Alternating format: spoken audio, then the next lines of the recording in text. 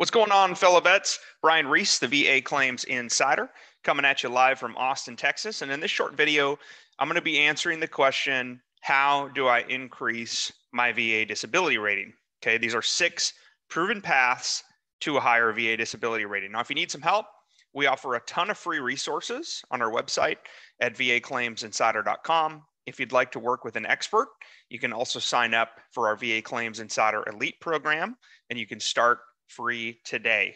All right, let's get into this.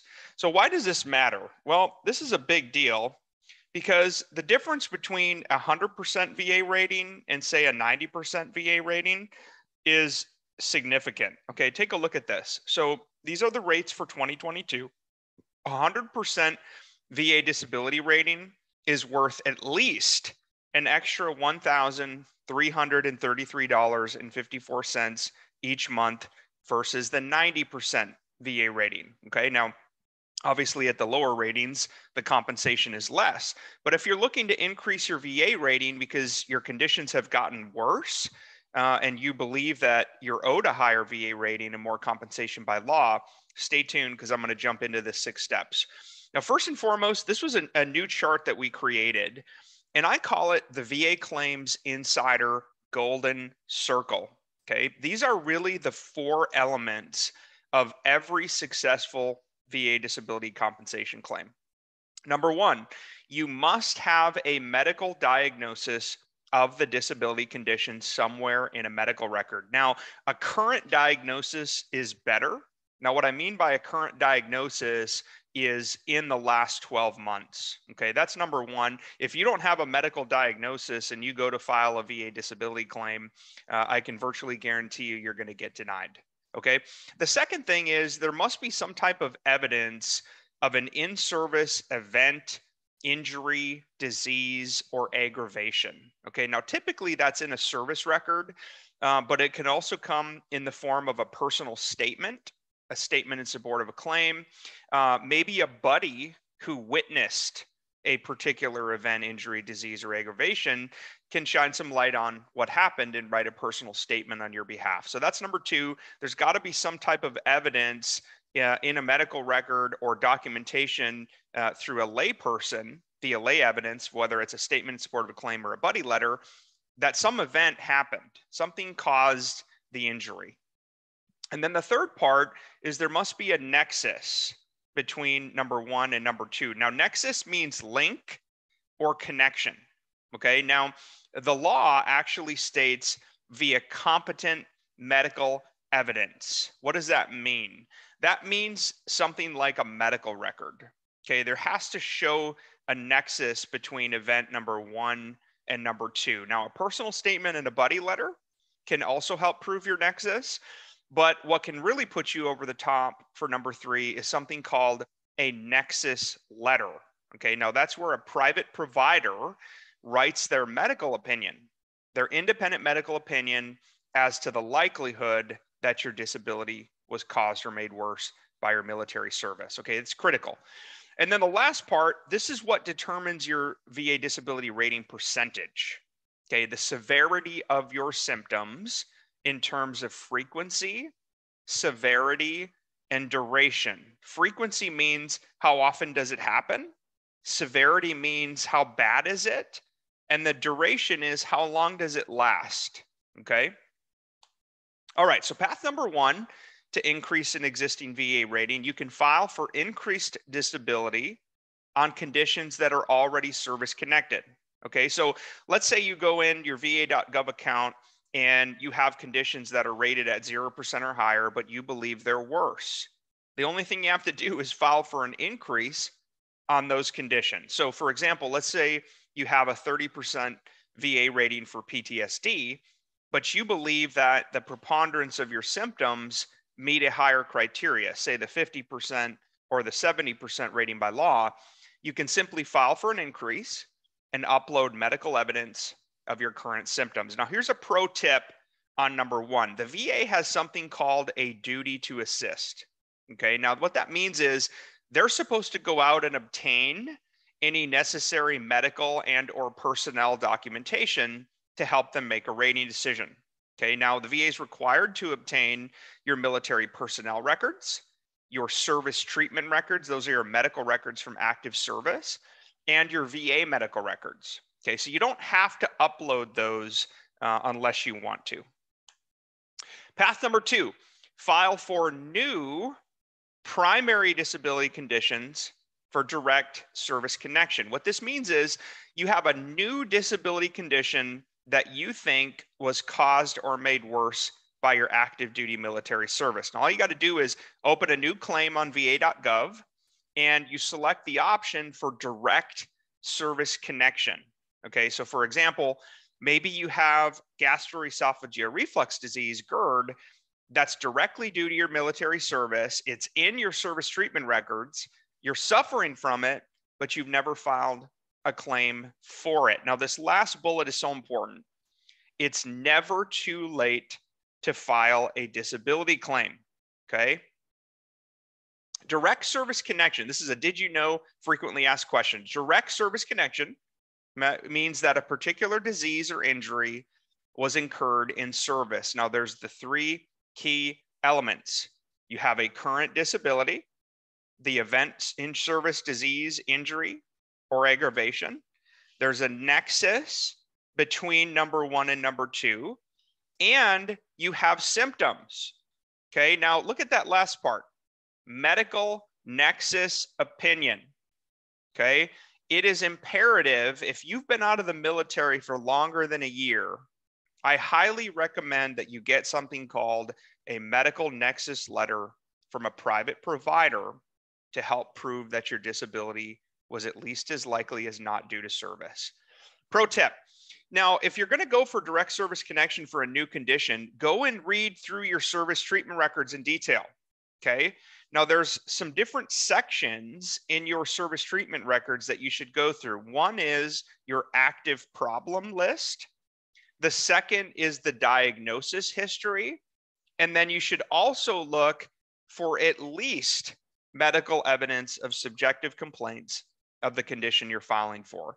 Another pro tip here is it's helpful to give the VA rater specific page numbers where they should look to find your disability condition in your records.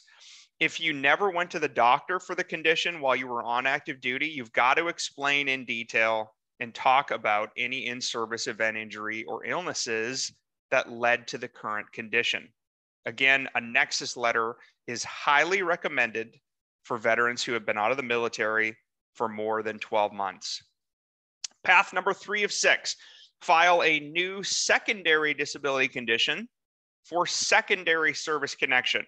Okay, so let's say that you've developed a condition that you believe was proximately due to or aggravated by another service-connected disability rated at 0% or higher. You should simply open a new claim on va.gov, add the new condition, and then select the option for secondary service connection. So here's an example here. Maybe you've developed obstructive sleep apnea that you believe was aggravated by your obesity and weight gain due to side effects of antidepressants, SSRI medications that you take to manage your symptoms of service-connected PTSD. What you can do is you can file a claim for that sleep apnea secondary to PTSD with obesity, weight gain as an intermediate step for service connection. Okay, that's what service connection means on a secondary basis or via aggravation. What is secondary service connection? This is straight out of the law, okay? And it says award service connection for disabilities that are proximately due to or the result of a service-connected disability or the increase in severity of a non-service-connected disability that's attributable to aggravation by a service-connected disability and not due to the natural progression of that disability. Okay, so what this means is, let's say I've got a non-service connected disability, headaches. And because of my service connected tinnitus, that tinnitus has aggravated the migraines beyond what it would be called its natural progression. Okay, you can actually file for aggravation. Another example here is plantar fasciitis and flat feet. Okay, maybe you actually entered the military with flat feet, But then what happened over time through military and wearing combat boots and physical training, you developed a painful condition called plantar fasciitis.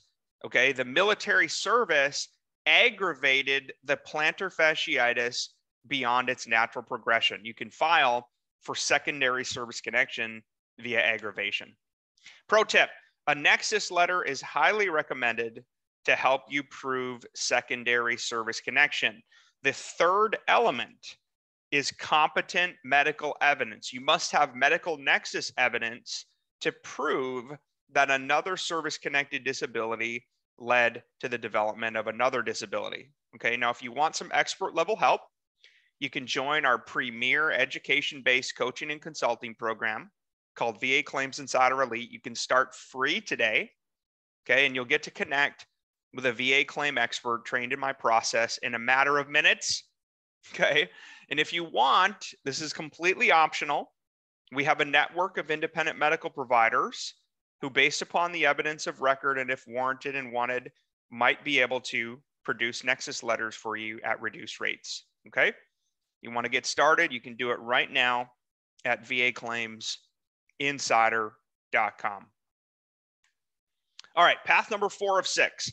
File a supplemental claim for previously denied disability conditions. Now, what this means is, let's say you've been previously denied benefits on a condition, okay?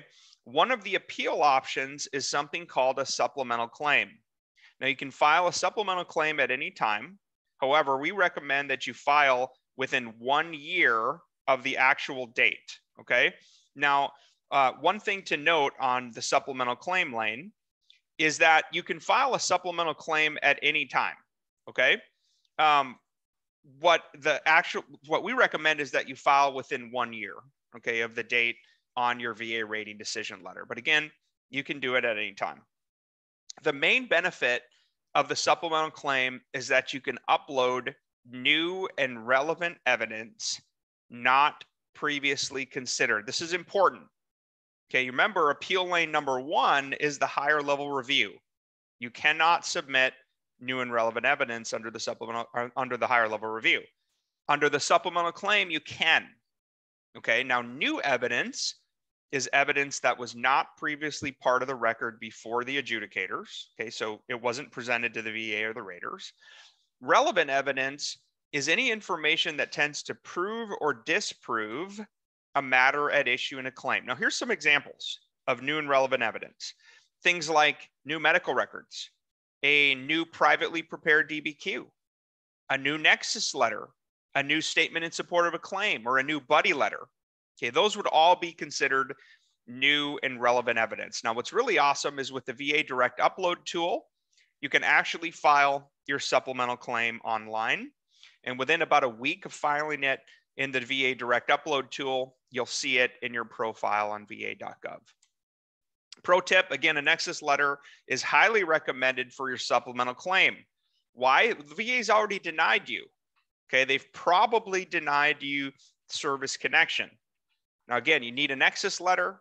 You can start today inside of our premier education-based coaching and consulting program, VA Claims Insider Elite.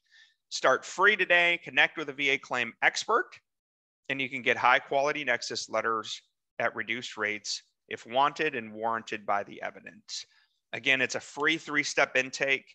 You'll connect with an expert level coach in a matter of minutes, and it's free to get started today at vaclaimsinsider.com.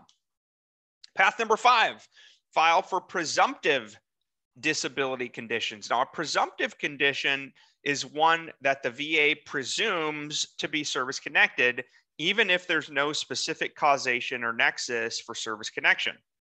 Presumptive claims are easy to win, assuming you can show on your DD-214 that you were deployed to one of the eligible locations during a specific period, and you developed a qualifying disability condition as a result of your service. Now, the ratings for presumptive conditions range from 0 to 100%.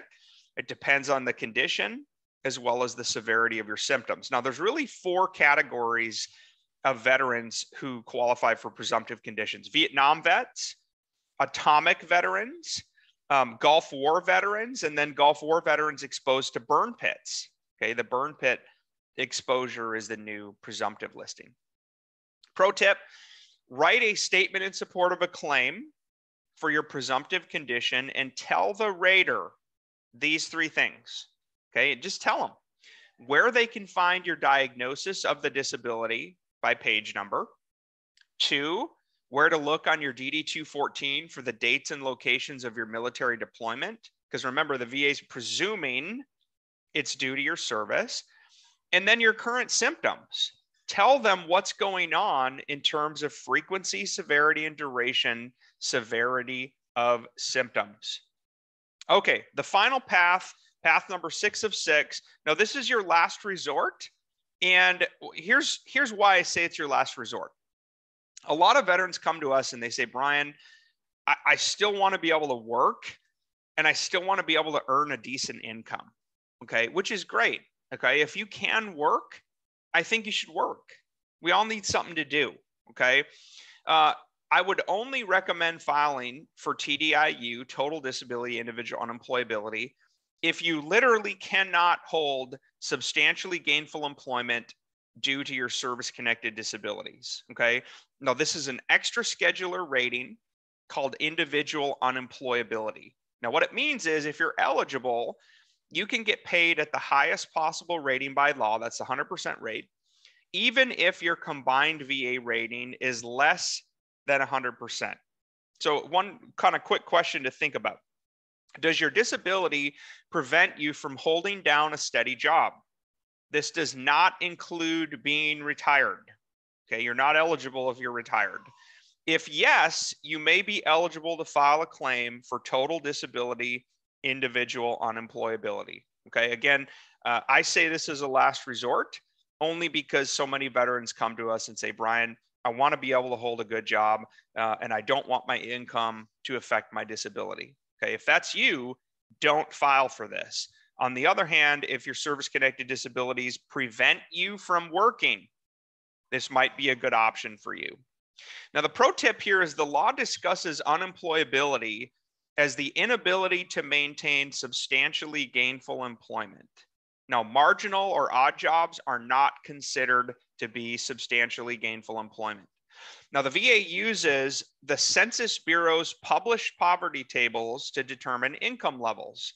Now, currently, you must earn less than $14,097 per year from your job to be at or below the poverty line. Okay, you can go, if you want, you can go Google the Census Bureau poverty rate tables for 2022, and you can check them out.